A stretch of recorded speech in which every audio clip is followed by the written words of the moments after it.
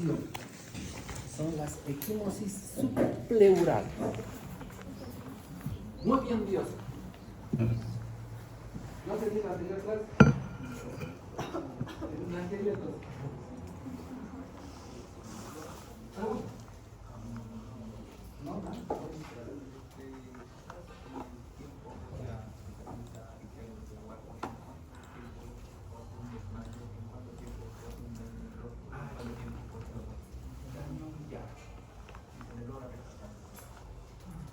En una persona que ha sufrido, en general, asfixia, de alguna asfixia en general, de lo que fuera. Dice, ¿en cuánto tiempo la persona tiene una alteración de la conciencia? ¿Cuánto un daño neurológico? ¿Y cuánto tiempo fallece? ¿Cuánto tiempo fallece? Es algo promedio. De 4 a 6 minutos. Bueno, al menos en la sumersión, según lo que estaba leyendo, es de 4 a 6 minutos el paciente tiene tiempo de sobrevivir, por así decirlo. Si pasa de esos... Ya, entonces sí es cierto. La muerte va a depender del tipo de asfixia, ¿no? Por ejemplo, en una asfixia tipo mecánica, de estrangulación y estrangulación por mano, mira, por mano, probablemente la persona llegue a fallecer, si es que fallece, hasta los 20 minutos. ¿Por qué? ¿Por qué podría ser? Muy bien, claro, porque la persona no va a decir mátame. Claro, puedes matar con la indiferencia, pero estrangulado no. Entonces, el tiempo de resistencia lo va a oponer la persona a ser estrangulada. Ya. Y otro que decía, ¿no? Agua dulce, agua salada, como la canción, ¿no? En la canción agua dulce, agua salada, que más o menos es 5-10. 5 minutos para el agua dulce. Pues la muerte es dulce, ¿no es cierto? Pues por eso es más rápido. La agua salada es más lenta, 10 minutos. ¿Y por qué será? Pues de acá genera una pregunta. ¿Por qué es que el agua dulce se muere más rápido y en el agua salada se muere más lento? A ver.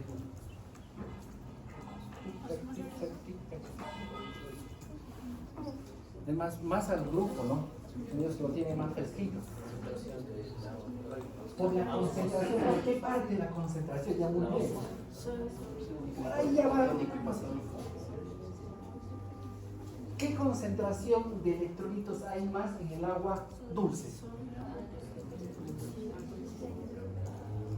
Ustedes lo han dicho. Hay una hiper.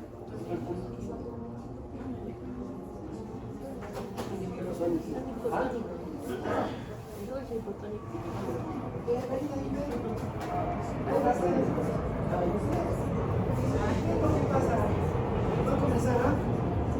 ¿Qué pasa con el corazón? En la hiperpotasemia. Va a comenzar a fibrilar. Y después va a haber un paso.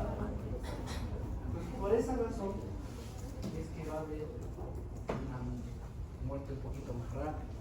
En el agua dulce va a haber una hipernatremia, va a haber mayor concentración de sodio. En las saladas, una mayor concentración de sodio. Entonces, la muerte se va a dar en distintas ocasiones, pero la pérdida de la conciencia, la pregunta de la pérdida de la conciencia, ¿a cuánto tiempo vamos a perder nuestra conciencia?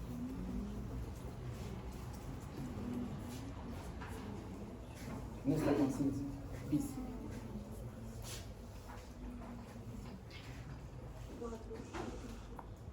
¿Quién sabe? 4 a 5 minutos. ¿Qué dice? 3 minutos, estamos bajando.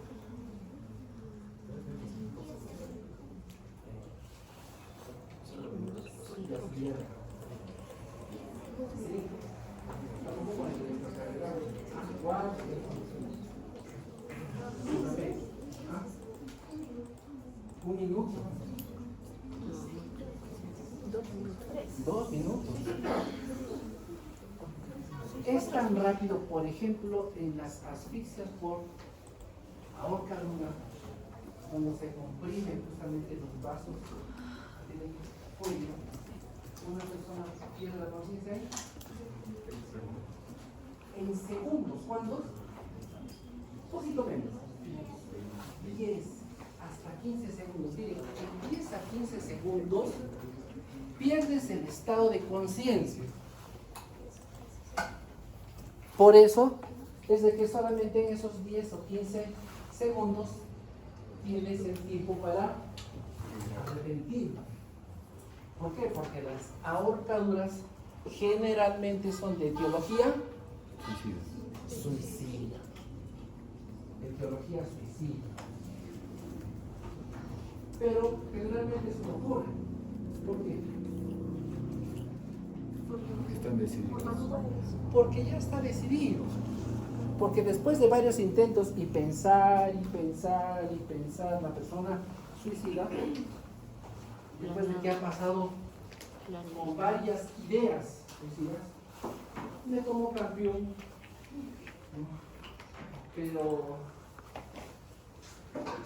el sabor que ahora produce el killer, mata killer, creo que se llama, Matarrata, killer, campeón, ese que mata, digamos, son todos.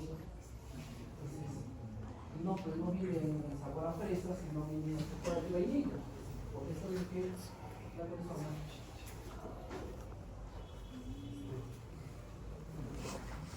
no llega a decidir, dice no, mejor me tomo este pentobarbital, el ladatal que les había comentado en la primera clase que estábamos acá. Y se tomó 5 frascos, 4 frascos, y el altar no, dice no, mejor no, es muy fuerte. Mejor me lanzo por la ventana del 6º piso del aula 606. No, poco, dice, no, mejor me ahorro. Ahora es la moda, ¿no? ¿Por qué? Porque es cierto que en estos últimos 3 o 4 años que se ha incrementado empíricamente una estadística en la morgue de la ciudad de Cusco, se ha incrementado los casos de suicidio. Y está en primer lugar las ahorcaduras. Y está en primer lugar las mujeres. En el estudio hace muchos años, cuando yo estaba en el hospital de Grabaciones, de acuerdo a la literatura también dice que el hombre intenta, la mujer lo hace.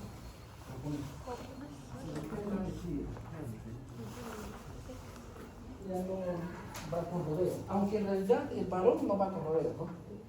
La mujer le da vueltas y vueltas al problema, hasta llegar al problema. El hombre es más rápido, ¿no? Y sí. Por eso es que somos tan diferentes, y para que una convivencia sea de alguna manera buena convivencia, tienes que tratar de entender. Nosotros, varones hacia las mujeres hacia los varones, tenemos que entender cómo eres tú, cómo soy yo. Pero cuando no nos entendemos, se generan también los problemas de convivencia. Eso lo dice una persona que convive ya 16 años.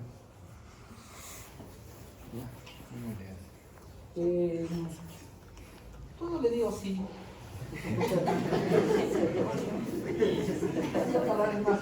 Vamos, sí. ¿Nos quedamos? Bueno.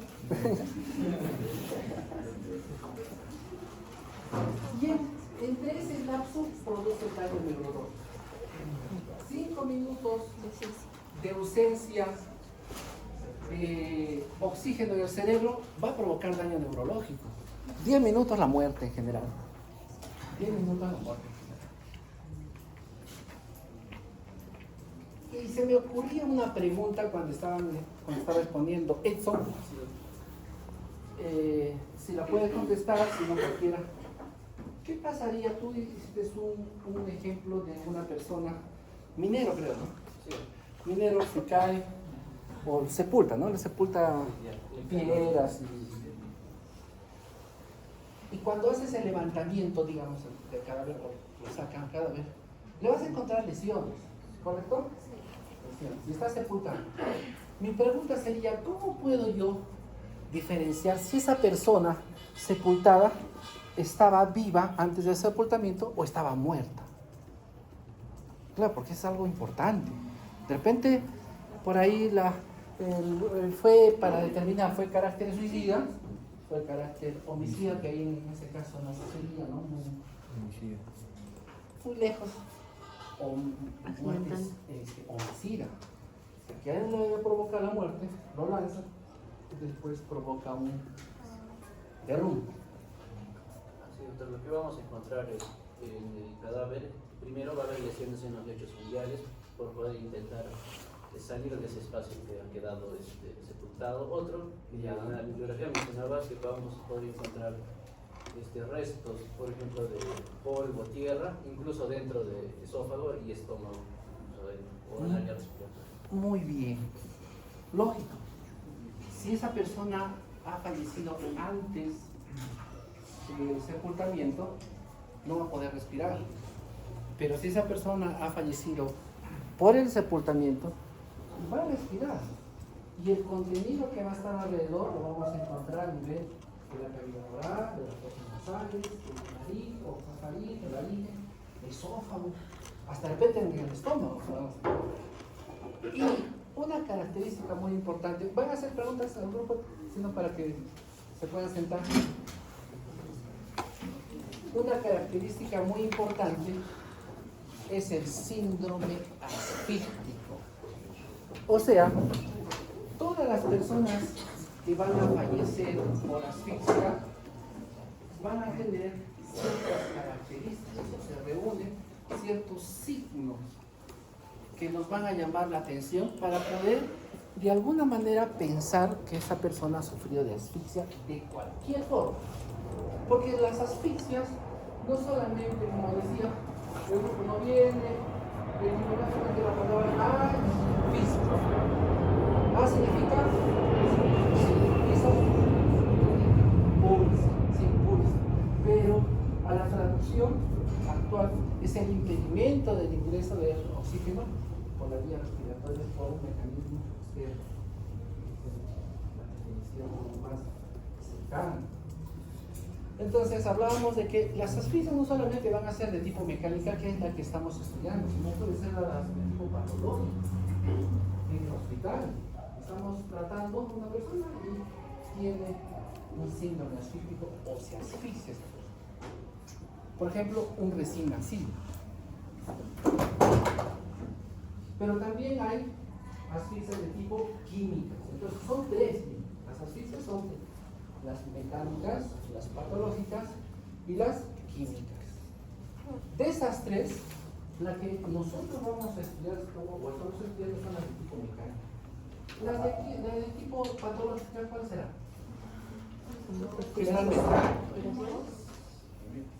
Ya, las de problemas broncopulmonares. En general, cualquiera. Por ejemplo, las crisis asmáticas. ¿no? Esos son patológicos. Algún problema del corazón o de la sangre.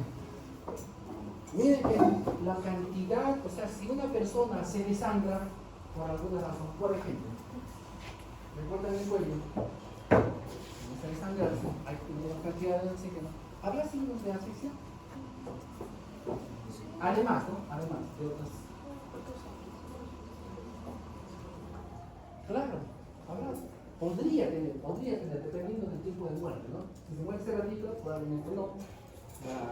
La hipovolemia o el shock hipovolémico le haya ganado la asfixia. Pero si comienza a desangrarse, yo me acuerdo que hubo un caso de dos borrachitos convivientes que ya se habían separado ya tiempo y se vuelven a encontrar en una chichería. Después de un año, pero se vuelven a encontrar ahí. Entonces él quería recordar viejos tiempos. Entonces le invita a su canal de chicha, ¿no? Chicha y empiezan a tomar y a tomar y a tomar. Y ese día se van a la habitación de la señora. Imagina relaciones sexuales. ¿Ya? Pasaron 2 días y nuevamente se vuelven a encontrar estos dos borrachitos. Y él también quiere repetir la misma sangre. Le invita a su jarrita de chicha. Y de ahí se van a su habitación, pero ella decide no tener relaciones sexuales con él. Pero él quiere. Entonces se pone violento y en esa alteración del estado de conciencia de liderazgo, ella agarra un cuchillo y aproximadamente serían unas 15 lesiones por el lado en la cabeza, que no había desangrado el peñosque, la cara, me acuerdo, la espalda, en las escápulas, en los brazos. Tenía una lesión, creo, o 2 lesiones en el abdomen, pero que no habían llegado ni siquiera a pasar por la pared, y tenía una lesión a nivel del cuerpo profundo, algo así por ahí, de la pierna. Pero estaba muerta.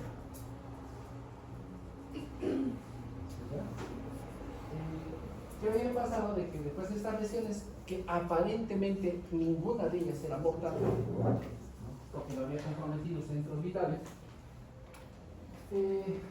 comenzó a desangrarse, comenzó a sentir frío, que ella le dice, se estaba desangrando y él no quería ir le dice, vamos a un hospital.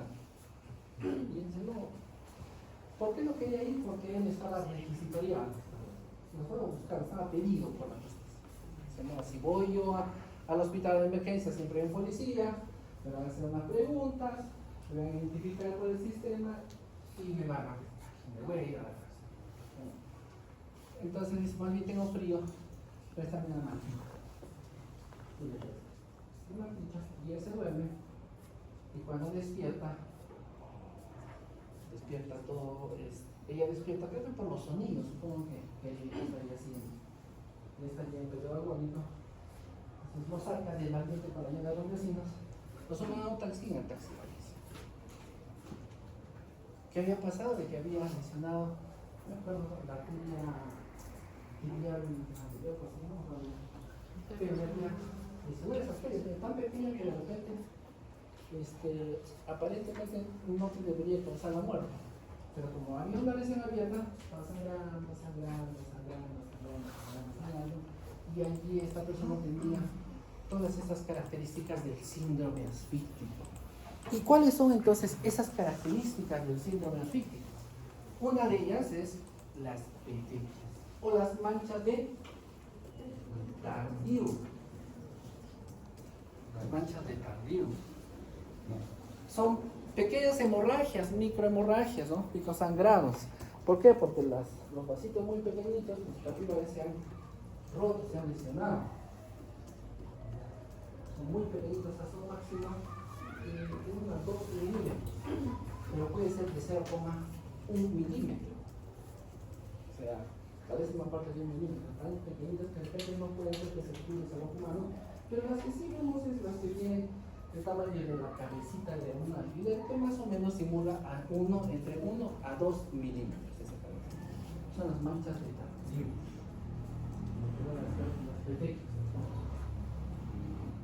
¿Dónde las vamos a encontrar esas pequeñas? En los grupos de exposición. ¿En qué lugar las pequeñas? Puede ser facial. Muy bien, puede ser facial, la encontramos en la carita, la encontramos a nivel de la parte anterior del tórax, posterior. Algunos tienen, algunos no. En las escleras, en las conjuntivas, en los ojitos. Externamente la vamos a encontrar, o sea, si una persona está viva, ahí la vamos a encontrar. Si la persona está muerta, entonces seguimos investigando. ¿Dónde más vamos a encontrar? Abrimos cavidad craneal, probablemente encontremos en la cara interna del cuero cabelludo. Seguimos abriendo, sacamos la calota, sacamos el encéfalo, en el cerebro, allí también podemos encontrar. Abrimos cavidad torácica, en los pulmones. Y vemos el corazón. Muy pocos casos que les comentaba anteriormente se encuentran a nivel de los riñones. Y justo hace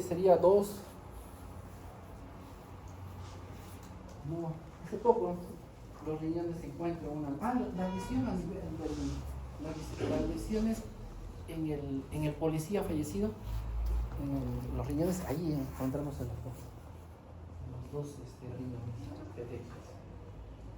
Doctor, ¿y cómo en el caso de los pulmones, cómo diferenciaríamos el faltado del teteo? Por las otras demás signos. Por ejemplo, si una persona viene con hongo de espuma, ¿qué es el hongo de espuma? Los no, yo me quito la casaca. A ver, que venga el grupo, por favor. Es la presencia de aire y sangre proveniente del área de la vía respiratoria. Es la presencia de... O combinación de ya. aire y Ahora está sangre mejor. proveniente de la vía respiratoria. Ya, es producto de la combinación. Aire y sangre proveniente de la vía respiratoria. Entonces es este líquido que ha ingresado por la vía respiratoria, es una reacción química en realidad, del líquido con el aire, con el moco que se encuentra en la vía respiratoria, y de repente por ahí, ¿qué más hay en los alveolos? Que se evita que se colapse. ¿Cómo se llama el surfactante? Yo sé.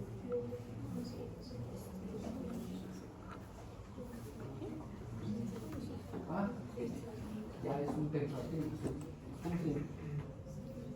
Podría ser, bueno, me estoy acordando recién, ¿no? Pero ahí si me equivoco ya ves. ¿No será la nitroil de ciclón? Entonces, esa combinación hace de que se forme ese hongo de espuma. Y ese hongo de espuma va a ocupar toda la vía. Es como que cuando le echas bicarbonato, ¿no? A una solución, comienza a salir, expandirse, y va a comenzar a salir hacia el exterior. Pero también hay que tener suerte. No sé cuánto tiempo pueda estar, pero en la práctica, digamos en el levantamiento de cadáver, hemos visto hongo de espuma. Y cuando se lleva la morgue y al día siguiente le hacen la necropsia, ya no hay ese hongo. Entonces, por eso que es importante en todos los hechos de muerte hacer un levantamiento de cadáver. Es importante porque nos da mucha información del levantamiento de cadáver. La necropsia, chicos, comienza en el levantamiento de cadáver. No es el proceso de abrir y de escribir un amor, ni en el lugar donde ustedes van a hacer su necropsia, sino es en el levantamiento de cadáver. Porque ya nos va a dar información si hubo la persona echada en la camita, había almohadas, si esas almohadas estaban sucias, con contenido de líquido, sangre, si esa persona estaba acostada del río, ¿no? Entonces esas características y un poquito más que vamos a ir hablando nos pueden diferenciar de que además las equimosis de Paltau son mucho más grandes. Las petequias son puntitos y las equimosis tienen mucho más volumen. Entonces esa es de alguna manera una de las diferencias. Pero regresamos a lo que estábamos hablando. Entonces tenemos las manchas las petequias. Otro de los signos, ¿cuál sería? Del grupo.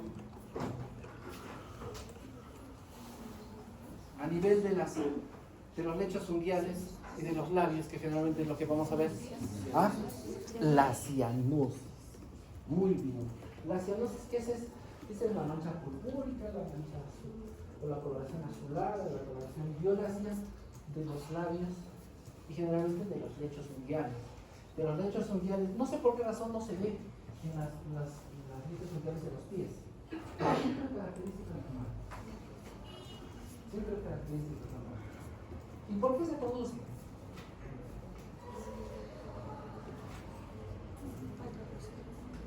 Ya, falta de oxígeno.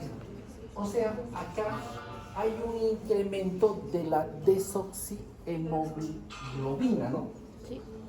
Hay un incremento de la cantidad. O sea, ¿Cuándo es visible? Cuando la hemoglobina reducida tiene una cantidad mayor a 5 gramos por decilitro. Si tiene mayor, esa hemoglobina reducida, o sea, la hemoglobina que se ha liberado del oxígeno, la hemoglobina que está solita, esa es la hemoglobina reducida. Entonces, ¿qué es lo que tenemos que pedir? Tenemos que hacer un examen para determinar la cuantificación de la hemoglobina, perdón, de la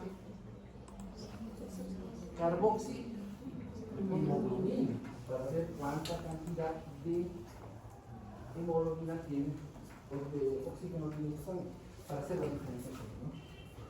El resto no está con oxígeno. Eso es la cianosis, ¿no? ¿Dónde encontramos? Ya dijimos, generalmente en los lechos sociales, celulares. Ahí vamos. Otra característica del síndrome asfíctico es la fluidez de la sangre. O sea, la sangre es mucho más fluida. Por dos razones, básicamente. ¿Saben? ¿Por qué razón es la sangre fluida? Los grupos que han expuesto, ustedes lo han dicho, ¿eh? Incrementa la actividad fibrinolítica. Es una ley, porque se está incrementando la actividad fibrinolítica. O sea, las enzimas se han incrementado, generalmente a nivel del corazón. Y dos, la hipercapnia, el incremento del... ¿Qué es la hipercapnia? Incremento del CO2. Entonces, esas dos características hacen que el sangre sea fluida. Pero también parte del síndrome asfíctico es el edema pulmonar. Perdón, el edema en general, el edema. Pero ¿dónde vamos a ver edema? A nivel del cerebro, a nivel del pulmón. Es muy característico el incremento de volumen, por ejemplo, del pulmón, como lo hemos mencionado. Los pulmones aumentan el volumen. ¿Cómo se llama ese signo del incremento de volumen en la sumersión? ¿Qué lo han dicho? Es un poquito difícil de pronunciar. ¿Quién ha hecho esta respuesta? ¿Ah? El Brockwardel. Es el enfisema acuoso.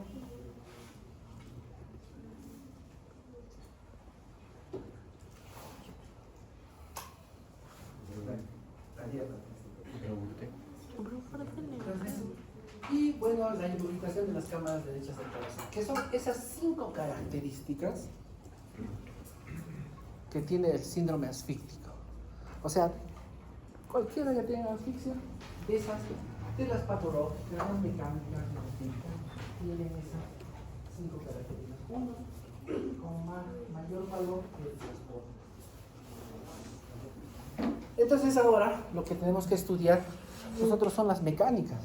Y las mecánicas básicamente son 4, ahora vamos a correr. ¿Cuáles son las fisiomecánicas?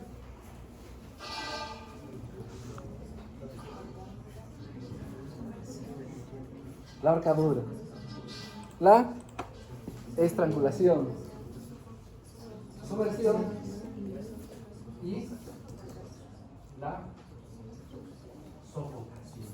Entonces, esas 4. Otras características, hay otras clasificaciones, pero esa clasificación que ustedes han tomado, que básicamente es, creo que el del doctor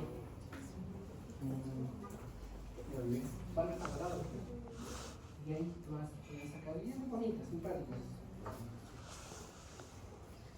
Ya. Entonces, hablamos de la ahorcadura, ya, de la ahorcadura.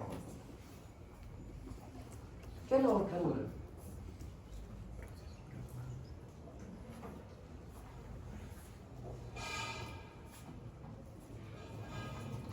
¿Qué es la ahorcadura?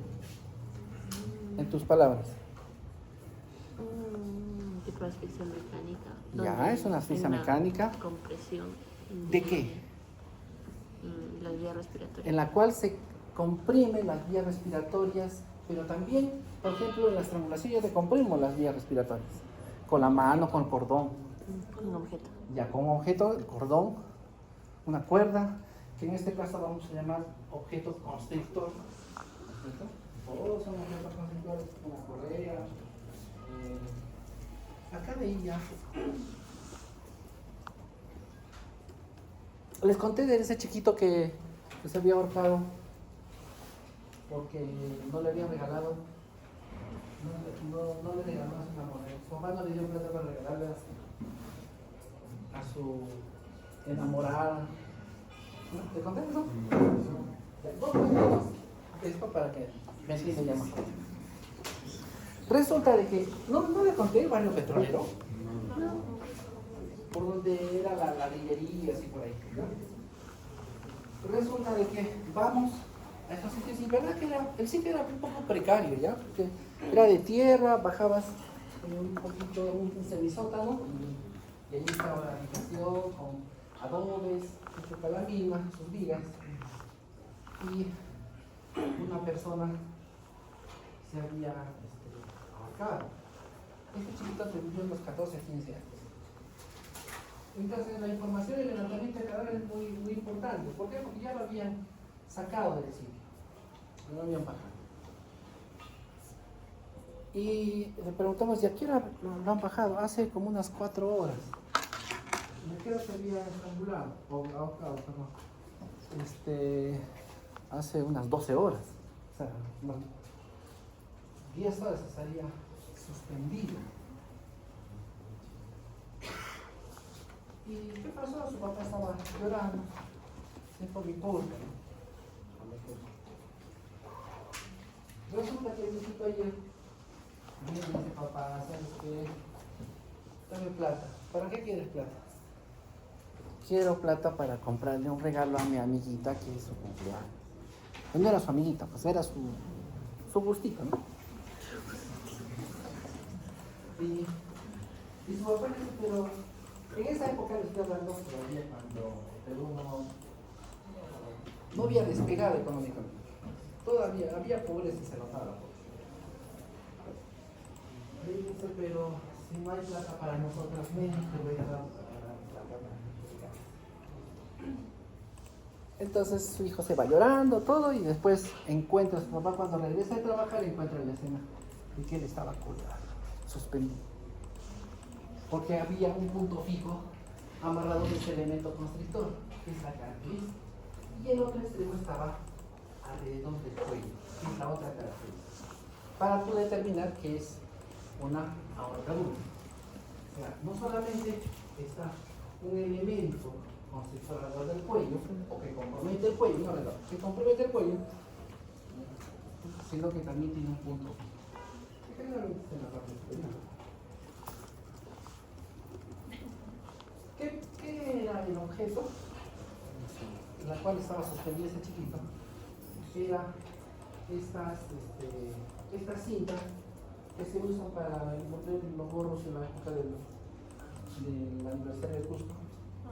Las instituciones van a retirar el gorro negro, y acá la bandera de Tahuantinsuyo. Esa cosita flaquita, delgadita. Con la demás. ¿Ah? Cinta, esas cintas de donde está la bandera de Tahuantinsuyo, ¿no? O la bandera del Perú.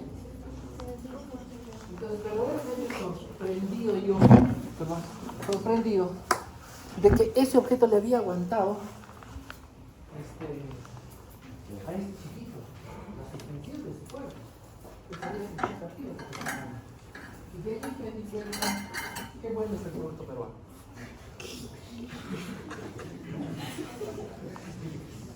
Y otro casito, que ese es más interesante. Y ese de repente ustedes me lo van a decir si es ahorcadura estrangulamiento. Resulta que había un chiquito, antes que me olvide, y esto es más que por enseñar. Hace 4 días, 5 días en mi guardia, la psicóloga de mi trabajo sufre un accidente de tránsito. Ella frena para que pase una señora con su carrito y otro vehículo viene y me pasa por la parte lateral del carro. Y verdad que ella estaba más preocupada por su carro, ¿no? Y bebé, yo pensé que era su hija. ¿Qué le ha pasado a su bebé? No, la direccional se va a lograr. ¿Qué bebé que tiene direccional? ¿De qué estamos hablando? ¿De mi carro? ¿De mi carro? Bueno, pero acá lo que me preocupó y me hizo acordar de un caso que yo tenía es de que me dice, nos hemos accidentado. ¿Cuántos estaban en el carro? Eran 4, 5, 6, 7 personas. 7 personas. Es una sub. Carro más o menos grande. Pero 7 personas. Y le digo, ¿y al frente quiénes estaban? Ahí estaba su papá, mi hija y yo. Yo estaba manejando. Dice, bueno, y 3 personas adelante. ¿Cómo podría ser? ¿Cómo podría ser? El copiloto cargar. Claro, ella manejando, su esposo estaba sentado como copiloto, y la niña, 5 años, estaba ahí, en las faldas de su papá. Ustedes saben que eso no está permitido. Y hay una razón importante que yo la vi. Resulta de que hace muchos años atrás, en el carro, en una station, se sube la mamá con su hijita y en esa station era un taxi. Para el perrito. Y lo que estaba en el tráfico de este carro se impacta frontalmente con otro vehículo. La mamá que no usaba cinturón se va hacia adelante, ¿no? Por inercia. Hacia adelante, está para acá adelante, sus espaldas, y ella pone la cabeza de la persona contra un panel y la fractura. Hay una contracción de su cabeza. Y lógicamente muere la niña. Entonces me acordé justamente de ese incidente. Felizmente el impacto había sido. ¿Cómo se llama ese impacto que viene el carro? La parte lateral. ¿Ah? Está el vehículo.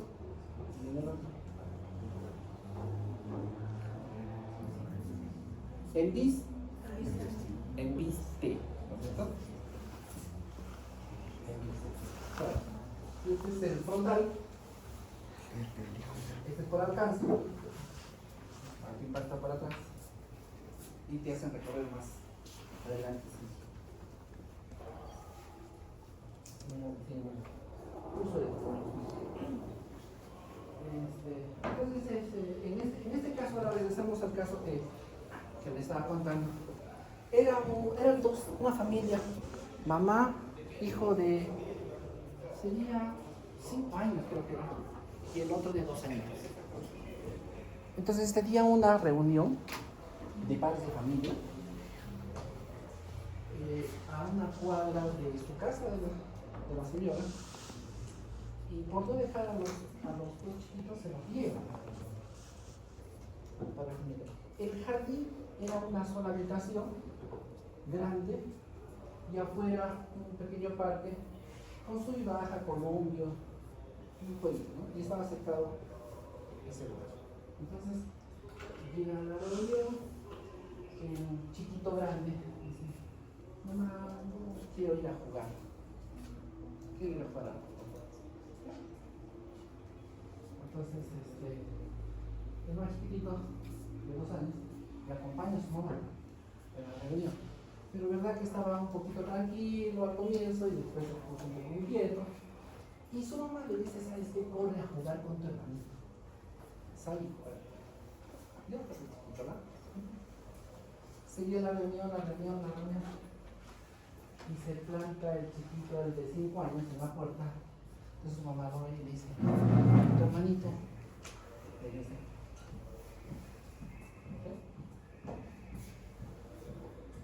no sabe dónde sale el niño.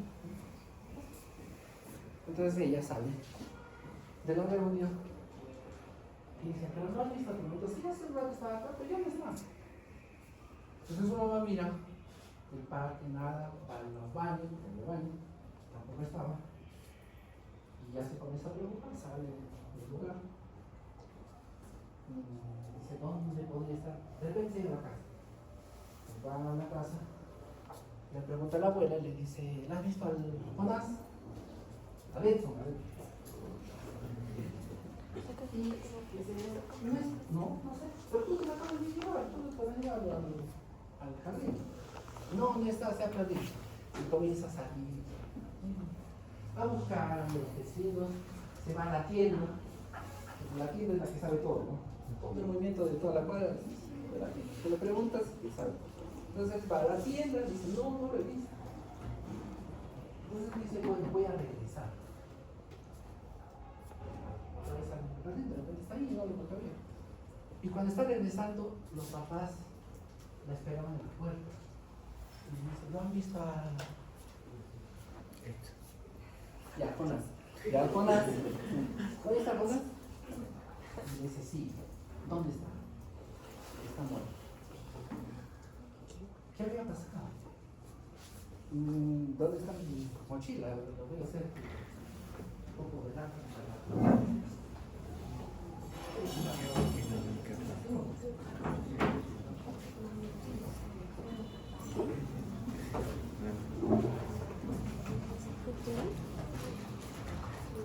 Resulta que este es el resbalón. ¿Ya? Y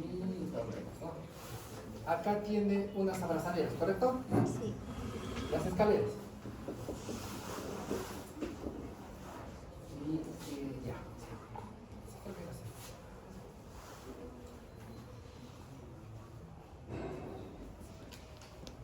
Este chiquito utilizaba una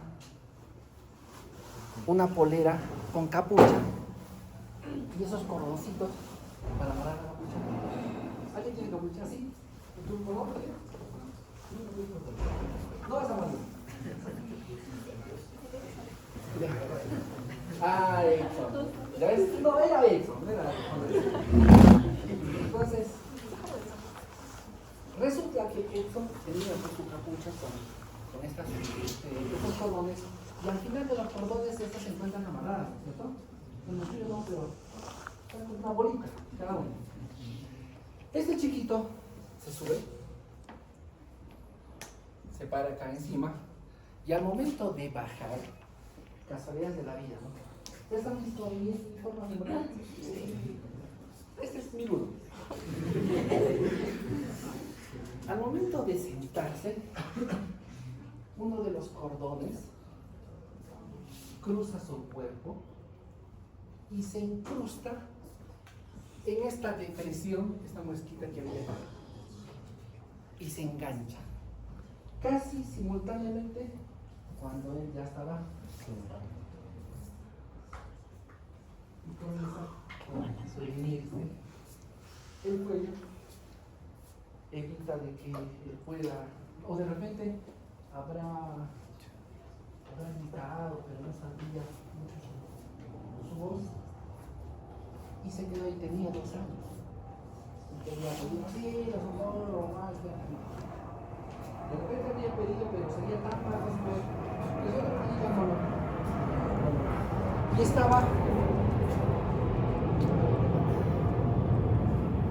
estaba oculto, digamos, en esos protectores. Por eso que su mamá cuando miró, no lo vio, porque estaba asfixiado.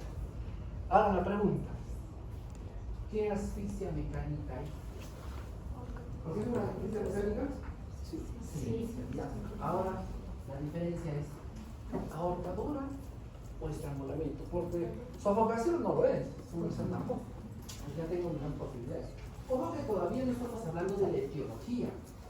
Suicidio, homicidio accidental, como lo han mencionado sus compañeros. ¿Qué dice? Ahorcamiento. ¿Ah? Muy bien. Hay un punto fijo. Ahí está. Y había Un objeto. Un objeto que seguramente le provocó una lesión, ¿no? La que se llama surco. Entonces pasó, mira, este tipo de ahorcaduras, de la que dice, ¿no? Es poco frecuente el accidental. Sí, es poco frecuente. Yo tengo un casito. Entonces regresamos a lo que es las ahorcaduras. Las ahorcaduras pueden ser, de acuerdo a la localización del nudo, pueden ser simétricas o asimétricas. Simétricas, ¿por qué? O mejor, antes de simétricas, típicas y atípicas. Típica, ¿por qué? Porque el nudo se encuentra atrás. Porque la mayoría de personas amarran este objeto constrictor, se colocan en el cuello y se lanzan al éxito, ¿no? Cuando el nudo se encuentra en otra posición, adelante, al costado derecho, izquierdo, eso se llama atípicas. Ahora, ¿cuándo se llaman simétricas? Cuando el nudo puede estar adelante o atrás. Simétrica. Y asimétrica cuando está a uno de los lados.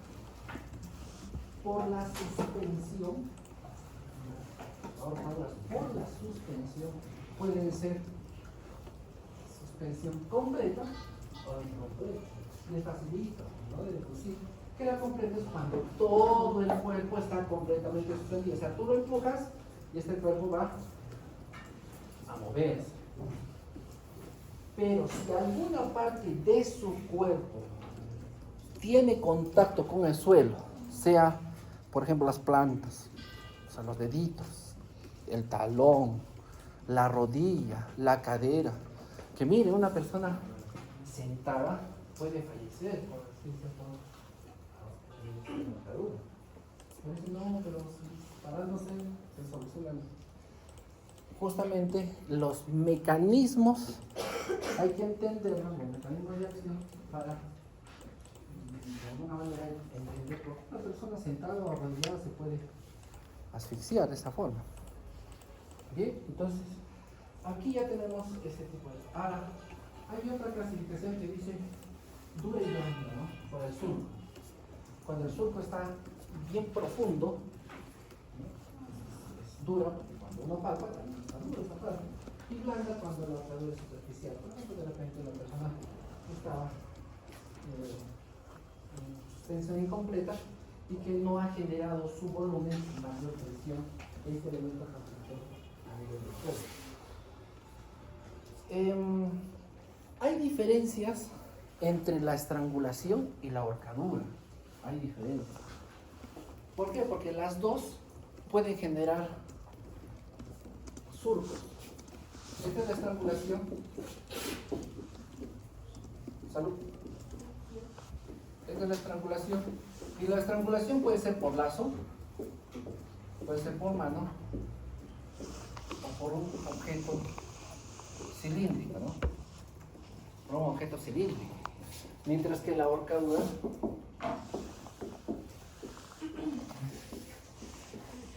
es solamente por lazo o elemento constructor. Entonces, aquí tenemos que hacer estas dos diferencias entre la ahorcadura y la estrangulación por lazo, porque la de mano va a tener otras características y la de objetos cilíndricos también va a tener otras características. Pero el problema y lo más frecuente es encontrar estas dos tipos de muerte, estos dos tipos de muerte.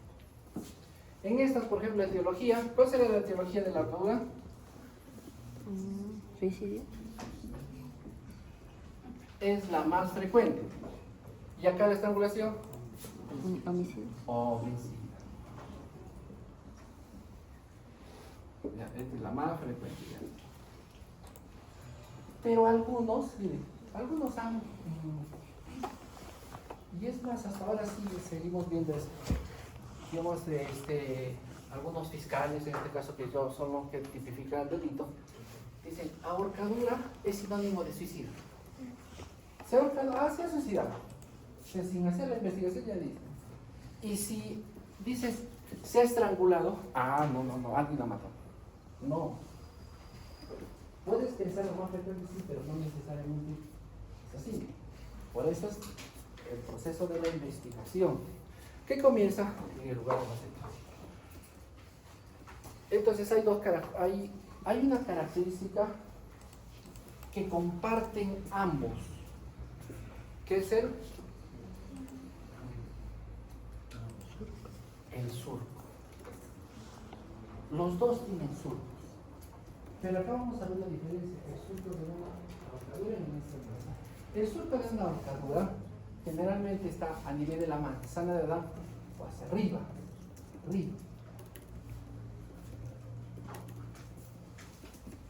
Mientras que de la estrangulación el surco está en la manzana de Adán o hacia abajo.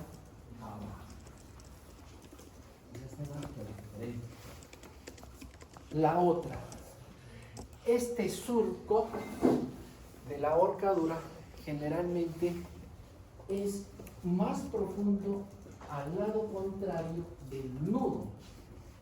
Si el nudo estuvo en el lado izquierdo, el surco estará mucho más profundo en el lado derecho. Si este surco fue típico, se estaba en la región occipital o en la nuca, entonces el surco es mucho más pronunciado en la parte anterior del cuello. Mientras que en la estrangulación, generalmente el surco es uniforme, casi igual, no hay mayor diferencia. En relación a la dirección, la ahorcadura es oblicuo ascendente. Si es en el cuello, se va a ir hacia las regiones retroauriculares, atrás, en la región mastoidea, y después se va a perder. Mientras que en la estrangulación el surco es horizontal o transversal. El número, o mejor dicho, si es completa o incompleta. Generalmente la ahorcadura es incompleta. ¿Por qué? Porque justamente el nudo hace de que sea incompleto.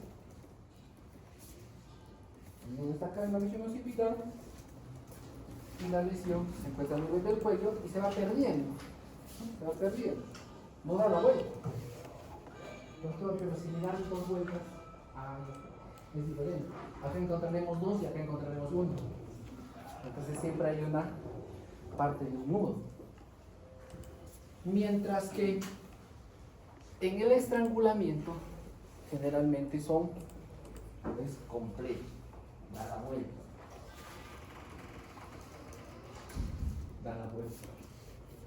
O sea, es completo. En la ahorcadura, el número de surcos generalmente es uno solo surco. Mientras que en la estrangulación, surco o más.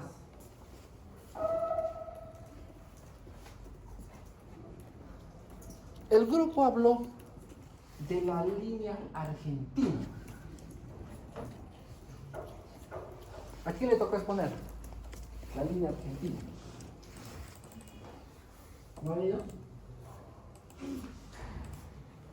La línea argentina es característico de quién? ¿De la ahorcadura o de la estrangulación?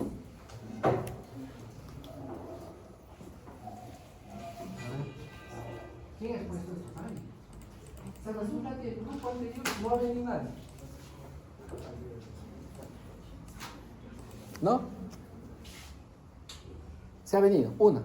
Ya, ¿de dónde es característico? ¿De la ahorcadura o de la estrangulación? De la ahorcadura. Muy bien.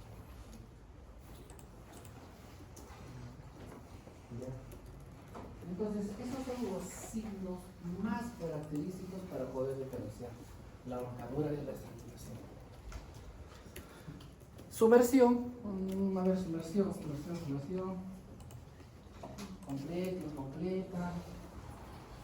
Primaria, secundaria. Completa cuando todo el cuerpo está sumergido. Incompleta cuando solamente la parte de la carita, lo que tiene que ver con la vía respiratoria, está sumergida. Primaria cuando la persona fallece producto de la sumersión en ese momento. Secundaria cuando fallece por una complicación de la sumersión. se salvó, no me igual vino y Palma se salvó, le dan al hospital, le dijeron, no, estás bien, sale del hospital, le dan neumonía y se muere. Pero el producto justamente es esa somos. Agua dulce, agua salada, que ya lo dijimos. Signos característicos, dijimos que hongo de espuma. Dijeron, uno dijo que hay lesiones a nivel de la frente, nariz, dorso de las manos, pero codos, rodillas, los pies. ¿Por qué? ¿Por qué hay lesiones ahí?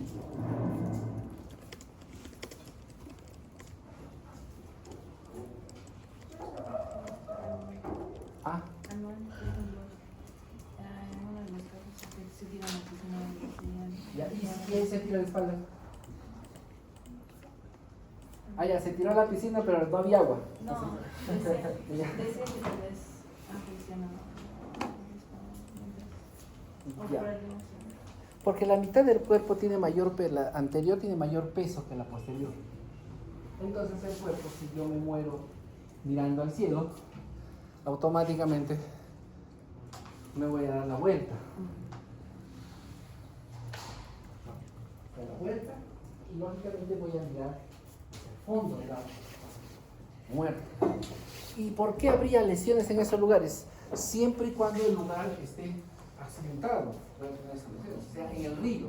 En la piscina un poco difícil, de repente voy a encontrar una lesión en la cual por ahí ha pasado que me he lanzado, me he golpeado la cabeza, he perdido la conciencia y me he ahogado. Ya está, pero las lesiones son en un lugar específico. Pero a veces llego a tener lesiones en el dorso del manos porque es la posición, no una persona perfecta. El dorso hacia abajo también mirando. Por eso que las lesiones más características van a ser en la parte posterior del brazo, codo, mano, rodillas, torre, salmón, mentón, nariz, frente. Esos lugares son los que me voy a lesionar porque voy a estar recorriendo, ¿no? Y voy a estar chocándome con caramuscas, piedras, vegetación. Y me voy a ir a lesionar. Pero el cuerpo, por las fases de putrefacción, tiene a hincharse. Hay una fase que se llama la fase enfisematosa, que lo vamos a ver en la parte de tanatología, donde se comienza a acumular los gases y se va hinchando como un globito, ¿no? Eso también va a pasar en una persona sumergida, fallecida, ¿no? A veces la naturaleza hace de que aparezcan al cuarto o quinto día, porque es más o menos el tiempo. Hemos escuchado muchas veces en la televisión, señora expresidenta, por favor, que vengan a la policía, a rescatar y todo lo demás. Y muchas veces han aparecido después de 3, 4, 5 días. ¿Por qué aparece? Porque está sumergido en el agua, en el río, en el mar, y después flota. Se llega a encontrar. ¿Cuándo flota? Cuando de repente el cuerpo está enmarañado, ¿no? Con la vegetación que no permite que se eleve. ¿Ya? Eso. Después, otra cosa. El signo, me hablado del signo de Mills y el signo de Vargas Alvarado.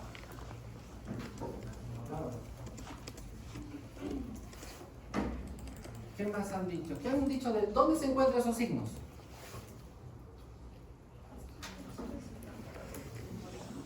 ¿En qué sitio? Muy bien. En la base del cráneo. O sea, hacemos un corte, como se está haciendo una necropsia, y a nivel de la lámina cribosa del muelles, a costado de la fosa distal, ¿no? La lámina, vamos a encontrar un tinte azulado, ¿ya? O sea, azulado de la fosa distal, ¿no? Entonces, ese es característico de una hemorragia, hemorragia de las células, sangrado. Y ese es el signo de Mills o Vargas Alvarado. Ya son 7:30. Ya son 7:30. Y el signo de Vargas Alvarado, ¿dónde lo encontramos? Dijimos que estos dos signos se encuentran en la base del cráneo. Miren, allá, cuando ustedes hagan la necropsia, si lo que van a hacer necropsia, no se olviden siempre de retirar las meninges. Las meninges normalmente abren la calota, como que... ¿Quién no ha visto una necropsia hasta ahora? Qué pena. Ya, entonces, ya.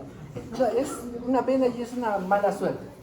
Es una mala suerte, ¿por qué? Porque a veces el día que te debería tocar, pues fallecido, ¿no? Entonces, ya.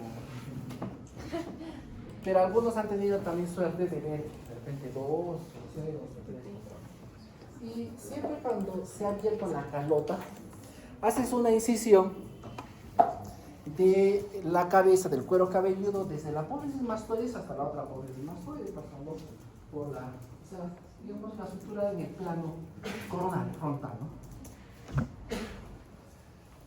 Haces esa incisión, cortas el cuero cabelludo, expones la calota craneal, identificas la parte media de la región frontal con la rótula de la occipital externa del occipital y haces el corte del hueso. Sacas la calota, te vas a encontrar a las meninges. La meninges igual forma. Pones en el encéfalo a hacer una incisión de las meninges, o a veces con lo que tú ya estás cortando con la sierra, ya vuela, ¿no? La meninge. Sacas el encéfalo y te vas a encontrar ya con la parte inferior de las meninges y que están adheridas a la base del cráneo. Entonces es importante desacar esas meninges. Es un poquito difícil, pero no imposible. Probablemente solo tengas que generar un poquito de fuerza, la sacas la meninge y después exteriorizas la base del cráneo. Es importante porque, por dos razones, otro, para identificar ese tipo de signos, y otro porque si esta persona de repente tiene un accidente, muere por un suceso violento, es posible que si es que no sacamos esa meninge, no vamos a poder identificar una fractura a nivel de la base del cráneo. ¿Ya? Hace 2 días yo tuve una necropsia, 2 días. Sí, una necropsia de una persona de, aparentemente estaba manejando 79 años, manejando su moto en espiral. Y dice, hay 2 versiones. Pasa una camioneta, impacta y sale volando. O la otra versión es pasa un patrullero,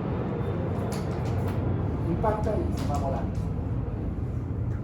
Todavía no llega al hospital y lo refieren al hospital regional, pero más o menos por Urco llega a fallecer.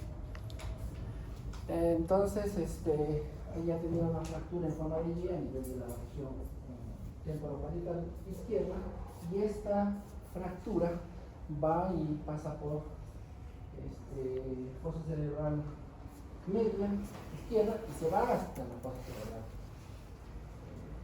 derecha.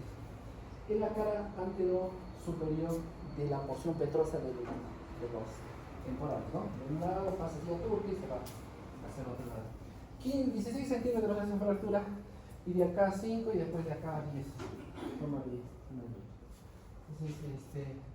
Entonces, esa lesión, esa necropsia, se perdió mi grupo de práctica porque no fue, no se estuvieron. Y había algunas lesiones más. Había fracturas de la primera hasta la quinta costilla, doble fractura en la primera y segunda, y tercera, cuarta y quinta, una fractura con hemotora, lesión a nivel de pleura y a nivel de lóbulo superior de pulmón izquierdo. Es importante que si nosotros no hubiéramos sacado la meninge de esa base de cráneo, pues nos hubiéramos perdido de esa lesión. Había también hemorragias subdural y subaracnoidea. Laminar, muy finita la zona aracnoidea. La otra es importante que, por ejemplo, cuando ustedes tienen una hemorragia a nivel del cráneo, para más o menos calcular cuánto es la hemorragia, tienen que medir la hemorragia, o sea, el coágulo. 10 por 7 por 2 centímetros. Entonces, cuando tú multiplicas 10 por 7, 70. Por 2, 140. Entonces, 140 ml en esa cantidad. ¿Bien? Algo así. ¿Qué más? Algo que haya quedado flaquito. Ah, que no. Ah, ya. En las ahorcaduras y en los estrangulamientos hay signos a nivel de los vasos del cuello. O sea, la carótida y la fibulares. ¿Ya? La carótida y la fibulares. Y ese elemento constrictor lo que va a provocar son desgarros en estos vasos. Miren, cuando tan solamente necesitamos 2 kilogramos de peso de presión para obstruir las venas fibulares. Entonces, ¿cómo consigo 2 kilogramos de presión? Tienes una balanza y con tu dedito aprieta y cuando marque 2, esa es la presión que uno puede generar para comprimir, obliterar los vasos, las venas fibulares. Para obstruir, obliterar, cerrar las arterias carótidas necesitamos 5 kilogramos. Para obliterar la vía respiratoria, la tráquea, la laringe, necesitamos 15 kilogramos. ¿Ya? 15 kilogramos. Con 15 kilogramos no hay flujo de aire. ¿Ya? Entonces, esta lesión, ¿Alguien tiene papel higiénico, por favor? ¿O Kleenex? ¿O pañuelitos?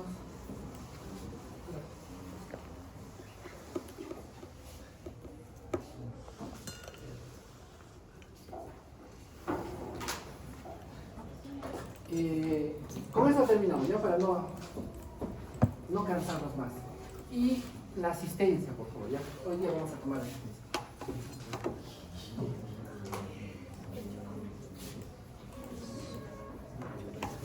Hay desgarros, y es importante que ustedes lo sepan. Digamos,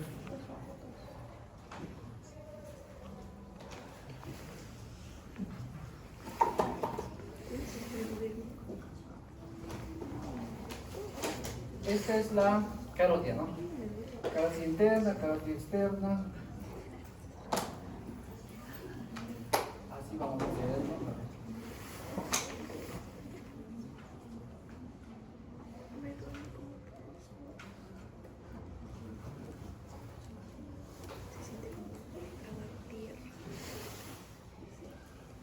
¿Se entiende el dibujo?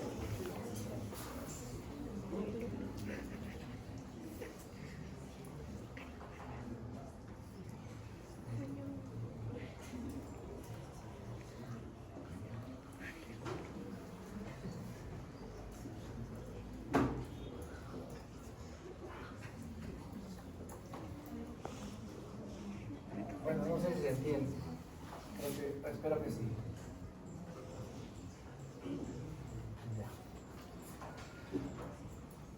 Tenemos acá la carótida. Ambos son la carótida. Esta es la carótida primitiva, carótida interna o externa, dependiendo del lado. Ese es un corte transversal. Estamos viendo la capa íntima, la capa ventil. Acá está la capa ventil. ¿Correcto? Ahí estamos. Ya. Entonces, es posible ver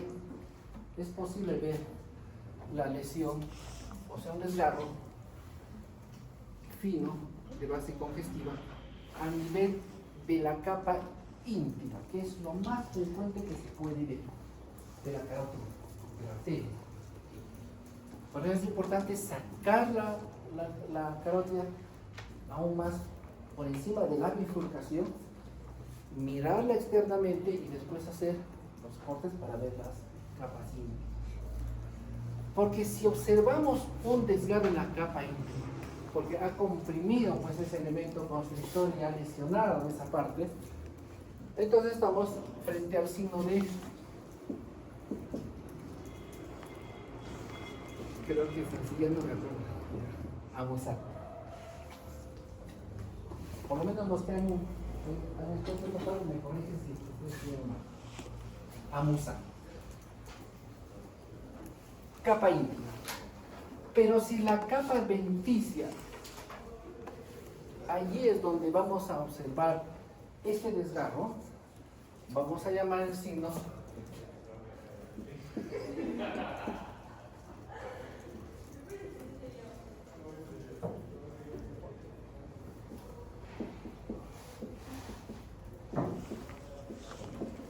de Etienne Martín o Etienne Mar o signo de Mar.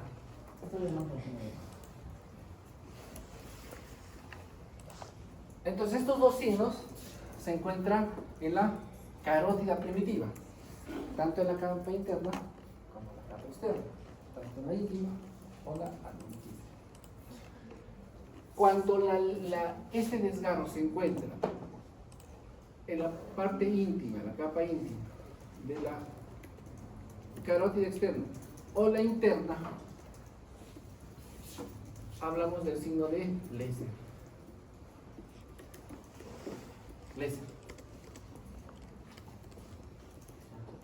Esos tres signos son a nivel de la carótida. Pero la yugular no se puede quedar atrás, ¿no? Entonces la yugular también tiene su signo. Es el signo de cuando el desgarro está en la íntima de la yugular, o la yugular se llama el signo de Cien. Cien, que creo que es así. Signo de Cien. Entonces, una pregunta del examen podría ser, digamos, ¿cómo se denomina el desgarro de la capa íntima de la yugular? Puede ser Lesser, Etienne, creo que es Etienne, puede ser así, ya. Martín. Lesser, Amusar o 100. ¿Cuál será? Estamos hablando de la yugular y de 100. Estamos hablando, ¿cuál de estos signos es la de mayor frecuencia en encontrar desgarros? ¿El signo de? Anusar.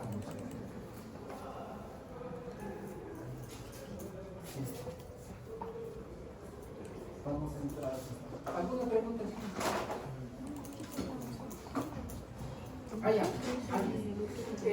Hasta acá es nuestro examen.